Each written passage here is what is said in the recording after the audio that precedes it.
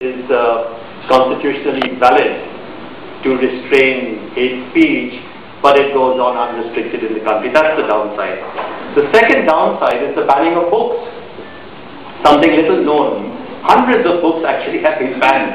I don't know by what authority the government department banned books, but there are many, many very interesting and very controversial good books that are today banned, which you will not get in India on the bookstores.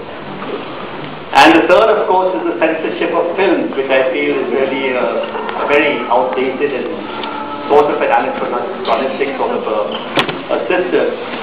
And I suspect that a careful look at censorship guidelines, censorship rules, censorship regulations, a closer look at that from the modern perspective of freedom of speech and expression may show us that censorship actually needs to go, substantially needs to go in this country. So that's as far as freedom of speech and expression is concerned. Let me come to sedition. Now, sedition is a very, very old colonial kind of a law which penalizes disaffection, disloyalty to the state. It has its roots in the old colonial regime, where any speech against Her Majesty or any, criticism of the government or the state was seen as fermenting disloyalty and therefore liable for prosecution. Well, it didn't even require that your speech had any effect. It didn't even require that people would rise up in arms against the state. The mere statement against the state was enough to take you in for considerable periods of time. We, unfortunately, in India, in the leading judgment of 1962, followed the colonial law quite a bit, with a slight modification that your speech must be accompanied by some overt act against the state. Not a very satisfactory dilution of the law of sedition, and so sedition remains on the statute books even today.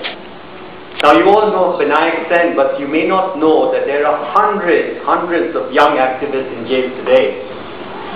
I have a friend in jail in Uttarakhand, Rahi, who is in jail because he went out and interviewed a Maoist. And his stories on the activity of Maoists, which were reported in the newspapers in the state, the government took offense at that and they arrested him. He's in jail now for 3 years and denied bail. I have many, many young friends who had Maoist literature in their homes, and searches were done of their homes and they were arrested because they possessed Maoist literature, which was said to be connected now with seditious thought and activity and so on. So Vinayak is one among many, and I would say that when we campaign for Vinayak, we campaign for all the young people who have spoken out against the state, against the repression of the state, and who are today languishing in jail quite unknown. Very few people actually know about their suffering and their incarceration for long periods of time. Now, sedition law has been repealed in most countries. The UK has repealed the sedition law recently. Canada, Australia, many, many countries have done away with this law. But India continues with a very, very archaic but a very dangerous law. And Vinayak Sen is actually the symbol of that resistance to a law which penalizes free speech. As you know, in Vinayak's case, the case is that he had a letter, that he took a letter from a person in jail to somebody else. And there's a great deal of dispute as to whether that letter was actually taken by him. But even if you assume the charges against him are correct, the taking of a letter, for God's sake, the taking of a letter from a prisoner to somebody else is the foundation of a charge of sedition.